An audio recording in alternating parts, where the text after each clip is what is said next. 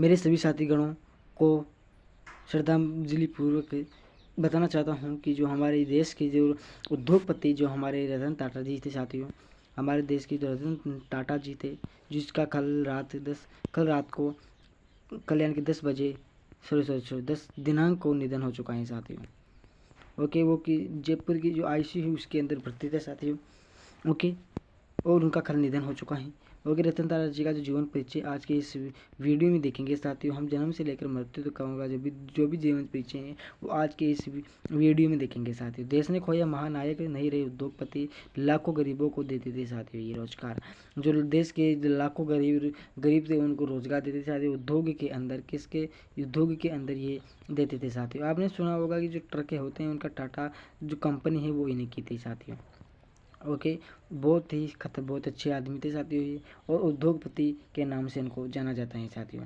तो सभी देशवासियों से निवेदन है कि जो महान रतन टाटा जी हैं उनको श्रद्धांजलि दे, तो 2 मिनट का श्रद्धांजलि पूर्वक इनको दे साथियों। ओके, तो शुरू करते हैं इनके जो जीवन परिचय उनको। तो उनसे शुरू करने से पहले आपसे छोटी सी रिक्वेस्ट है साथियों कि एग्जाम स्टडी चैनल को सब्सक्राइब जरूर करना साथियों, क्योंकि जितनी भी सरकार कॉम्पिटेंसी की तैयारी होती है सभी इसी चैनल पर करवाई जाती है साथियों। ओके, और जो महान हमारे रतन टाटा जी थे उनका जो जीवन परिचय वो भी आज इसी चैनल पर शुरू हो रहा है साथियों। तो शुरू करते हैं। तो ये देखिए साथियों, हमारे पास आ चुका है इसका PDF। रतन नवल टाटा इनका पूरा नाम था, भारतीय उद्यमी थे साथियों ये।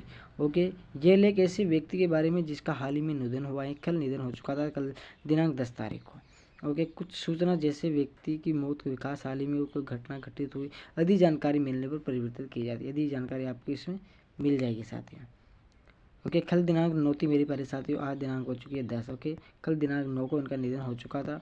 ओके, रतन टाटा 28 दिसंबर 1907 कब 28 दिसंबर 1937 को उनका जन्म हुआ था साथियों। ओके, और 9 अक्टूबर यानी कि कल दिनांक 9 अक्टूबर 2024 को इनका निधन हो चुका है प्यारे साथियों।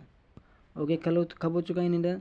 9 अक्टूबर को इनका निधन हो चुका है, याद रखना साथियों। ये आपके करंट अफेयर्स के लिए बहुत इंपॉर्टेंट रहने वाला है। क्वेश्चन, भारतीय उद्योगपति जो टाटा समूह और टाटा सन्स के अध्यक्ष के रूप में कार्य किया है, टाटा समूह और टाटा सन्स के अध्यक्ष के रूप में इन्होंने कार्य किया है, क्योंकि भारत के सबसे बड़ी व्यापारिक इकाई टाटा समूह के 1991 से 2012 तक सदस्य थे। कब 1991 से लेकर सदस्य थे साथियों ये। ओके, इसके अतिरिक्त अक्टूबर 2016 से फरवरी 2017 तक वे समूह कार्यकारी अध्यक्ष भी रही है।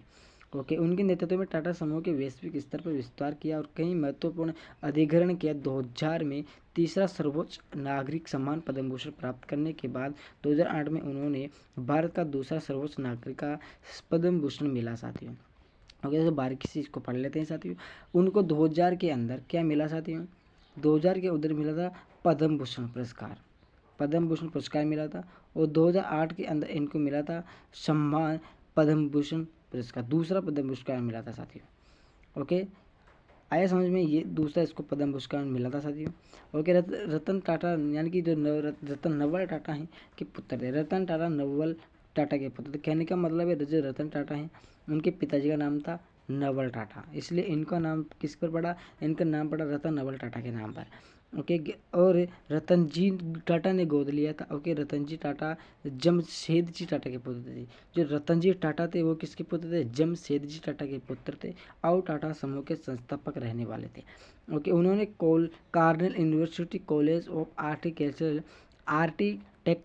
से आर्किटेक्चर में स्नातक की डिग्री हासिल की। वह 1961 में टाटा में शामिल हुए। कब? आपसे पूछ लिया जाए करंट अफेयर के हिसाब से कि 1961 में, यानी कि जो टाटा जी थे वो कब इसमें शामिल हुए, तो आपको बताना कि 1961 में वो शामिल हुए थे पहले साथियों। ओके, जहां उन्होंने टाटा स्टील के वर्क फ्लोर पर काम किया था। बाद में 1991 में JRD टाटा के सेवानिवृत्त होने पर वे टाटा संघ के सदस्य बन गए थे। JRD टाटा के सेवानिवृत्त होने पर वे क्या करके टाटा संघ के अध्यक्ष बन गए साथियों। उनके कार्यकाल के दौरान टाटा समूह ने टेटली जागुओ, कहीं यहाँ पर दोबारा देखते हैं, टेटली जगुआर लैंड रोवर और कोरस का अधिग्रहण किया, जिसका उद्देश्य टाटा को एक बड़े पैमाने पर भारतीय केंद्रित समूह से वैश्विक व्यवसाय में बदलना था। टाटा एक ऐसी समाज सेवी व्यक्ति थे साथियों। ओके, समाज सेवी यानी कि समाज में सेवा करने वाले थे, समाज के लिए समाज सेवक थे साथियों, ऐसा मान लो आप, क्योंकि लाखों करोड़ों लोगों को, किसानों को रोजगार देते थे साथियों। ओके, अब उनकी प्रारंभिक जीवन शैली के बारे में और शिक्षा के बारे में चर्चा करते हैं साथियों। रतन टाटा का जन्म 28 सितंबर 1937 को ब्रिटिश राज के दौरान हुआ था। ओके, मुंबई में एक पारसी परिवार में हुआ था।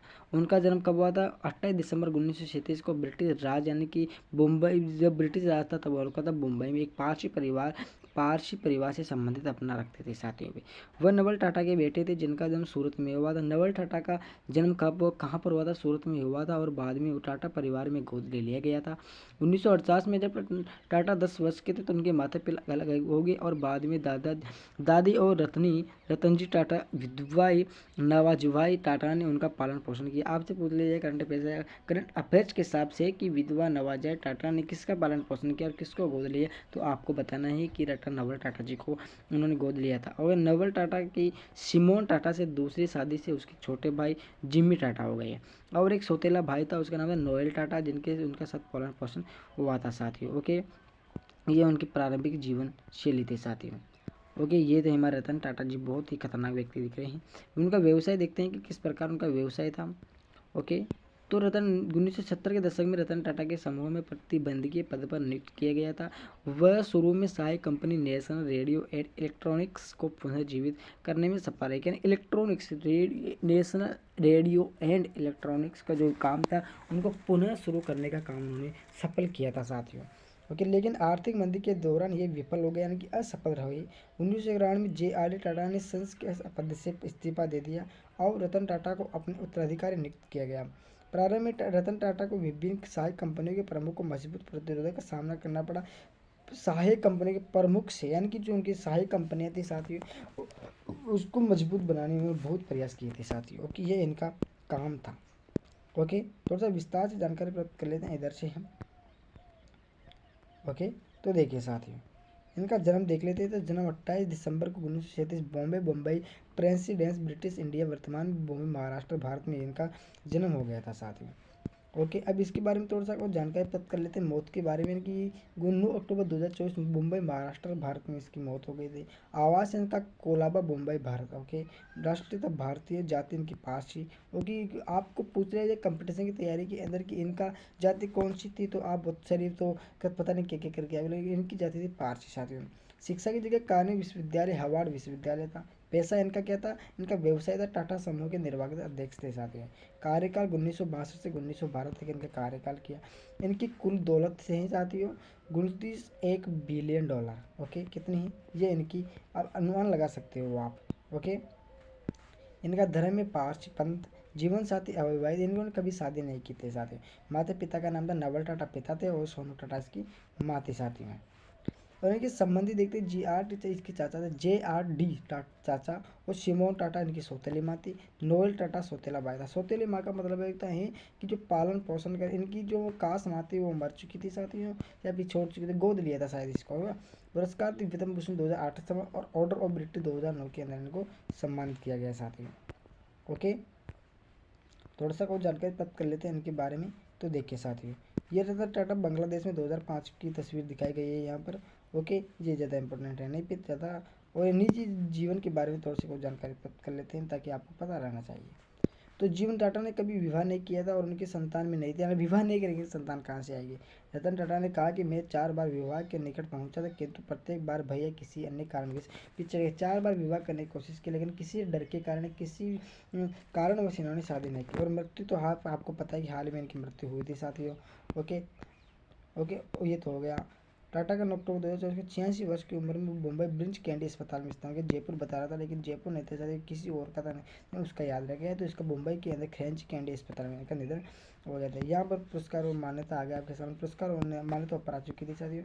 चलो दिक्कत वाली बात नहीं है। अब यहाँ पर देखते हैं कि इनका देखते हैं थोड़ा सा। रतन टाटा को विभिन्न क्षेत्र में अलग अलग पुरस्कारों से सम्मानित दिए गए थे साथियों। ओके, पद्म भूषण 2000 भारत सरकार के द्वारा उद्योग क्षेत्र में सम्मानित किया गया, ये पद्म भूषण आ गया। ओके, इस प्रकार से अलग अलग क्षेत्रों के अंदर इनको पुरस्कार मिलते रहे साथियों, ये रही साथियों। ओके, 2008 में प्रतिभा पाटिल द्वारा पद्म भूषण से सम्मानित किया गया था साथियों। ओके, रतन टाटा जी का निधन हो चुका है। आपके करंट अफेयर्स के हिसाब से बहुत इंपॉर्टेंट क्वेश्चन है सारे, और बड़ी बड़ी कंपटीशन की तैयारी में इनका क्वेश्चन पूछे जाएंगे साथियों। ओके, इतिहास लिखा जाएगा बहुत लंबा चौड़ा। ओके साथियों, यदि वीडियो अच्छी लगे तो लाइक करना, शेयर करना, कमेंट करना, चैनल को सब्सक्राइब करना साथियों। जय हिंद, जय भारत।